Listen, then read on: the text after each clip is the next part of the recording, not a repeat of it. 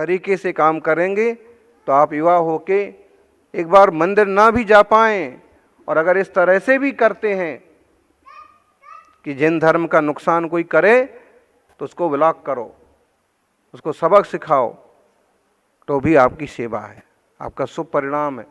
देवशास्त्र गुरु पर आजकल पत्थरबाजी से परेशानियां कम आती हैं, आजकल तरीके दूसरे हो गए। कई बेईमान बदमाश लोग हैं, सड़क दुर्घटना कर देंगे, या फिर चालाक लोग मीडिया प्लेटफॉर्म पर जाकर के दिगंबर जैन शासन की, मुनिराजों की छवि की निंदा करना, मीम्स बनाना, गलत गानों के साथ पेश करना, इससे बहुत नुकसान होता है। युवा पीढ़ी को चाहिए कि अगर आपको तरीके आते हैं, इस तरह की रुचि है, तो इस तरह की झंझट से जिन शासन की सुरक्षा करो। एक छोटी सी बढ़िया सी टीम बनाओ। किशनगढ़ का एक लड़का था, उसने हमको बताया कि गिरनार जैसे मुद्दों पर उसने कुछ दोस्तों की टीम बनाई कि मीडिया में से हम खोजेंगे, इतिहास हम खोजेंगे, अंग्रेजों ने क्या लिखा है, कहाँ क्या है, उस आधार से हम आगे मीडिया पर लड़ाई लड़ेंगे, और वो सब चीज़ें इकट्ठी करके जहाँ ज़रूरत पड़ेगी कोर्ट में, सरकार में, वहाँ भी जाएंगे। तो युवाओं, बड़े लोग तो मोबाइल को उतना नहीं समझते हैं, क्योंकि आजकल तो दादियाँ भी खूब समझती हैं। कल आहार हो रहा था, एक दादी बिल्कुल एकदम मोबाइल लेकर बाहर खड़ी थी, और 10-5 महिलाएं और उसके आसपास, बिल्कुल ऐसे लग रहा था किसी पिक्चर की डॉन हो जैसे। तो आजकल तो दादियों को भी आ रहा है, लेकिन युवा जिस ढंग से इन सब चीज़ों को समझ के कर सकते हैं, करना चाहिए। और बड़े बुजुर्गों से आग्रह है कि बहुत ज़्यादा मोबाइल के चक्कर में मत पड़ो। आप बहुत मोबाइल प्रयोग करेंगे तो आप बेटे बेटियों को मना नहीं कर पाएंगे, पोते पोतियों को समझा नहीं पाएंगे। आप तो समझ लो उसका सही सही उपयोग करेंगे, लेकिन बच्चा बुद्धि वाला होता है, चंचल होता है, इतना दुरुपयोग करेगा कि उसका जीवन बिगड़ जाएगा और आप टोक नहीं पाएंगे। तो आप टोकना चाहते हैं, समझाना चाहते हैं, तो खुद भी ऐसे रास्तों से बचिए। इस आग से, इस राग की आग से अपना जीव बचे और वीतरागता के मार्ग पर बढ़े, यही मंगल भावना। ये राग आग दहे सदा, ताते समामृत से ये चिर भजे विषय। राग की रुचि वाले लोग क्या नहीं करते हैं, भगवान को भी रागी बना दिया। जिनको औरत की रुचि थी उनने भगवान के साथ उन्हें भी जोड़ दिया, जिनको हथियारों की रुचि थी उनने वो जोड़ दिया। भाई देवताओं के पास सब हो सकता है, लेकिन प्रभु तो प्रभु है, उसे किसका भय। सर्वज्ञ है, सर्वदर्शी है, अनंत ज्ञान अनंत गुणों का धनी है, वो वीतरागता से ही शोभायमान होता है। राग आग दहे सदा, ताते समामृत से ये चिर भजे विषय कसाय, अब तिन त्याग निज पद वे। ये विषय वासनाएं तो बहुत भोग ली, क्या नहीं किया संसार में, बोलो। छोटे से बड़े हो गए, बड़े से बुजुर्ग हो गए, और अब जाने की तैयारी है। पंच कल्याण के बाद कितने चले गए? कोई नहीं गया? जमे हुए हैं सब, जमे रहो। जितने जीवन में जिन धर्म की सेवा हो जाए, जितना पुण्य कमा लिया जाए, यही साथ आने वाला है। पूजा करते रहें, भक्ति करते रहें, सेवा करते रहें और जमे रहें तो कोई बुराई नहीं है, लेकिन उलझे रहें और जमे रहें तो क्लेश ही क्लेश, कोई मतलब नहीं। इसलिए समाज जनों से सबसे आग्रह है, उलझो मत।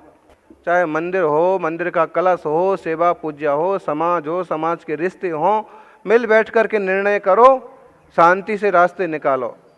क्या समझे शांतिलाल? शांति से रास्ते निकालो ताकि क्लेश पैदा ना हो। मंदिर हमने पूजा सेवा के लिए बनाया है, क्लेश के लिए नहीं बनाया है। गांव गांव में देखना आप, कुछ लोग ऐसे होते कि मंदिर के पीछे ही क्लेश करेंगे, पूजा के पीछे क्लेश। अरे भाई क्यों कर रहे हैं ऐसा? ये तो हमारी आस्था के केंद्र हैं, भक्ति के केंद्र हैं। ठीक है, किसी की पूजा सेवा करने की पद्धति में कुछ फर्क है, टाइम में कुछ फर्क है, सोच में कुछ फर्क है, तुम काहे को माथाफोड़ी करते हो? शांति से निभाओ, निभना सीखो, निभाना सीखो। जिसको निभना निभाना आ गया उसको मोक्ष जाना आ गया, उसको जीवन जीना आ गया। और जो बस कट्टरपंथी मुल्लापंथी लोग होते हैं वो बस अपनी टेक पर अड़े रहेंगे। क्या मतलब है? हठाग्रह बुरी चीज है, हठाग्रह बुरी चीज है। धर्म पूर्वक, विवेक पूर्वक तत्व का आग्रह रखना। और सभी आज कुंथुनाथ भगवान का 3 कल्याणक है। ज्यादा से ज्यादा एक साथ कितने कल्याणक हो सकते हैं? 4। एक साथ मतलब एक तिथि में, एक साथ तो हो ही नहीं सकते, हर चीज का एक अलग अलग स्पेस है। तो ज्यादा से ज्यादा गर्भ और जन्म कल्याणक तो साथ में कभी हो ही नहीं सकते। उसमें तो 9 माह का डिफरेंस, 9.5 माह का डिफरेंस हो गई होगा। आज योग संयोग से भगवान जिनेंद्र के 3 कल्याणक हैं। कुंथुनाथ भगवान 17वें तीर्थंकर हैं। और जन्म कल्याणक, तप कल्याणक, उसी तिथि में तपस्या की, और मोक्ष कल्याणक। और देखो सम्मिश्र में सबसे पहले टोंक, सबसे पहला कूट कौन सा है? ज्ञानधर कूट कुंथुनाथ भगवान की। 3 तीर्थंकर ऐसे हुए जिनके 3 पद हैं। पंडित जी कौन कौन से 3 पद हैं? शांतिनाथ, कुंथुनाथ, अरहनाथ, 3 तीर्थंकर। इनके 3 पद कौन कौन से? चक्रवर्ती, कामदेव और तीर्थंकर तो हैं ही। ऐसा सब वैभव पाके भी उन्होंने उस सबका त्याग किया। कौन से मुल्ला? एक शांतिनाथ, कुंथुनाथ, अरहनाथ। योग संयोग देखो आज के ही दिन फिर से शिखर चढ़ गया, कलश चढ़ गया। तो एक पुण्यात्माओं के योग भी आपो आप बनते जाते हैं। तो ऐसे ही जीवन में पुण्य के योग बने, हमेशा सत्कर्म के वीतरागता के रास्ते सभी चलते रहें। इस एक भाव में हम अपने भाव का अभाव करने का उद्यम करें। जन्म मरण का फेर कैसे मिटे, इस तरह की कोशिश होना चाहिए। 84 लाख योनियाँ हैं, 4 गति हैं। थोड़े साल के लिए हम इंसान बन गए। अब इस इंसान के देश में आकर के कुछ ऐसा करें कि ताकि बार बार का जन्म मरण का चक्कर मिट जाए।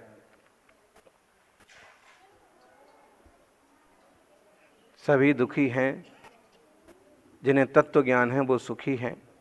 आज यहाँ पर पद्म पुराण जिस शास्त्र भेंट किया विराजमान है। पद्म पुराण मतलब, पद्म का मतलब श्री राम। जैन शास्त्रों में राम का दूसरा नाम क्या आता है? पद्म।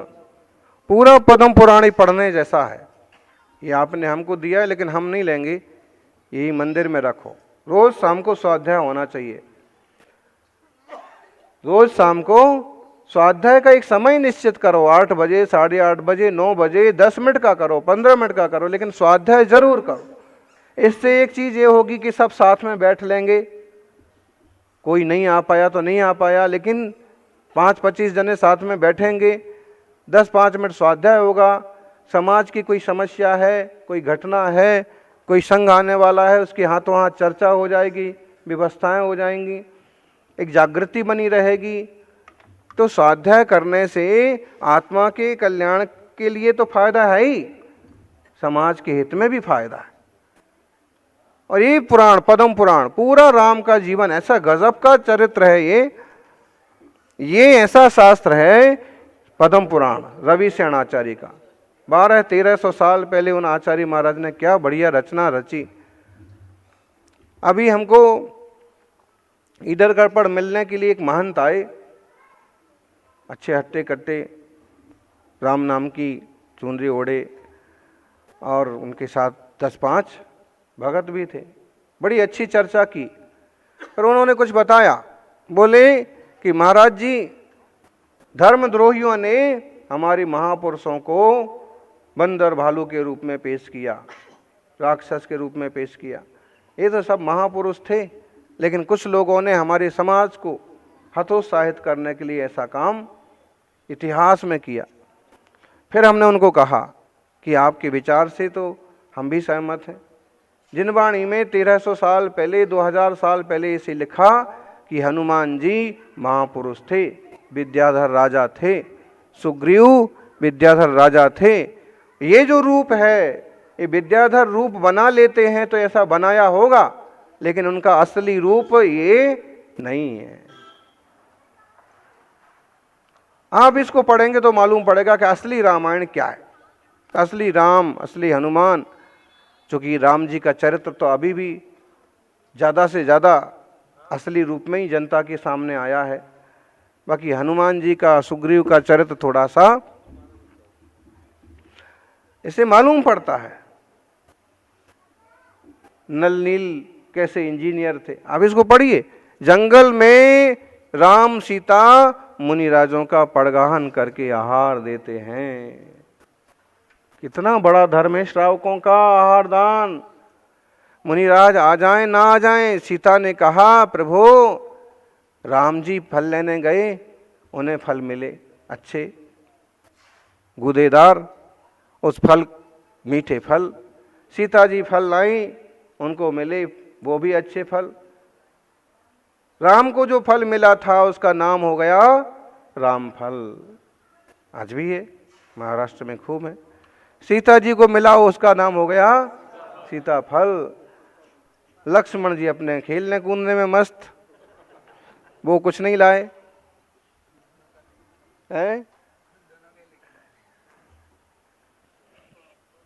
बड़ों के साथ रहने छोटों को ज़्यादा टेंशन नहीं होती है। क्या व्यवस्था करना है बड़े आपो आप करेंगे, माथाफोड़ी नहीं होती है। विवाहो और छोरियों जहाँ तक बने बिल्कुल माँ बाप की आज्ञा में और उनकी छाया में रहो। एक दिन तो जिम्मेदारी कुछ ना कुछ आने वाली है, लेकिन जब तक बड़े बुजुर्गों का आशीर्वाद मिलता है तब तक उनका पूरा पूरा लाभ लेना चाहिए। तो सीता जी ने कहा कि प्रभु आज हमें अच्छे फल मिले हैं, आज हम पहले मुनियों को आहार देंगे फिर आहार करेंगे। तो श्री राम कहते हैं कि जंगल में मुनिराज कहाँ से आएंगे। सीता ने कहा कि अपना तो कर्तव्य है पड़गाहन करना, रोज पड़गाहन करते हैं तो आज भी पड़गाहन करेंगे। और कहते हैं राम सीता ने वन में पड़गाहन किया, और कुछ मुनिराज, 2 मुनिराज ऐसे थे जिनने ये प्रतिज्ञा की कि वन में ही आहार मिले तो आहार करेंगे, शहर में आहार करने नहीं जाएंगे। और वहाँ जंगल की तरफ आए, वहाँ एक पड़ाव देखा, वहाँ उतर रहे थे ये चारण रिद्धिधारी मुनिराज। सूरज के गोले की तरह दिख रहे थे। बाद में पास आते गए और सीता जी ने, राम जी ने समझ लिया कि संत महात्मा आए हैं। नमोस्तु नमोस्तु किया, पड़गाहन हुआ और जंगल में भी मंगल हो गया। घर में आ जाएं बहुत बढ़िया बात, घर में ना आए तो कभी बिहार में और कभी जंगल में भी सेवा करने का मौका मिले तो चूकना नहीं चाहिए। और मुनि राजों की विधि का योग कैसा है ये तो वही जाने। अब देखिए कितनी भक्ति से यहाँ भी इतने श्रावक पड़गाहन कर रहे। अब सबके यहाँ तो नहीं पहुँच जाएंगे, लेकिन जिसके यहाँ भी पहुँच गए तो मन मेला मत करो, उसकी अनुमोदना करो कि आज चलो उनका योग था, बढ़िया है। उनके यहाँ अच्छे से होना चाहिए। कुछ श्रावक ऐसे मिलते हैं कि बहुत दिन से उनके यहाँ आहार नहीं हुआ, लेकिन फिर भी जिसके यहाँ भी होता हो, क्या बोलते हो, कहीं भी हो अच्छे से होना चाहिए। अच्छे से का मतलब, अरे भाई आप आहार देने वाले कौन होते हैं। श्रावक हो तो अधिकार तो मिला है आहार देने का, लेकिन आहार देने वाले कौन होते हैं। पहले तो विधि मिले, फिर अंतराय ना आए, फिर कोई विघ्न ना पड़े, मन शुद्धि वचन शुद्धि काय शुद्धि हो, बीच में बाल ना आ जाए, तब जाके कभी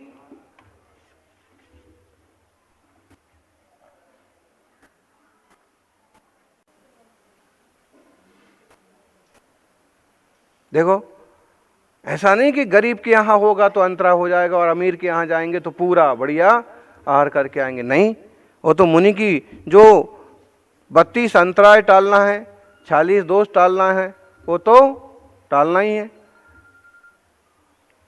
ये प्रसंग बना था हमारा किशनगढ़ में, अशोक पाटनी जी आर के मारवल वालों के यहाँ, इनके यहाँ भी हुए, लेकिन इनके यहाँ तो निरंतराय हो गए। ये भी अशोक नीतीश पाटनी। तो क्या हुआ था, बड़ी मुश्किल से तो पड़गान हुआ, और उनकी तरफ से नहीं हुआ अंतराय, वो बढ़िया सब पूरे परिवार जन शोधन कर रहे, अच्छे से आहार करा रहे, लेकिन कोई नाखून पालिश लगा के कोई महिला अचानक से, नई बहू, उसे नहीं रहा ख्याल, या तो समझ लो अति भक्ति कि मुझे आहार देना आहार देना, लेकिन ये ख्याल नहीं रखा कि नेल पॉलिश को अशुद्ध मानते हैं और अंतरा हो जाएगा, बस अंतरा हो गया। अब बताइए कितनी भक्ति भाव से आहार करा रहे थे, पड़गाहन कर रहे थे, इतने दिन बाद पड़गाहन हुआ और फिर भी अंतरा हो जाए, मतलब क्या है? मतलब यह है कि मुनिराज का पड़गाहन तो चक्रवर्ती कर सकता है, लेकिन चक्रवर्ती भी आहार पूरा करा लेवे, इसकी गारंटी। गजब की बात है, जैन धर्म कितना स्वतंत्र है, मुनियों का चरित्र कितना ऊंचा है।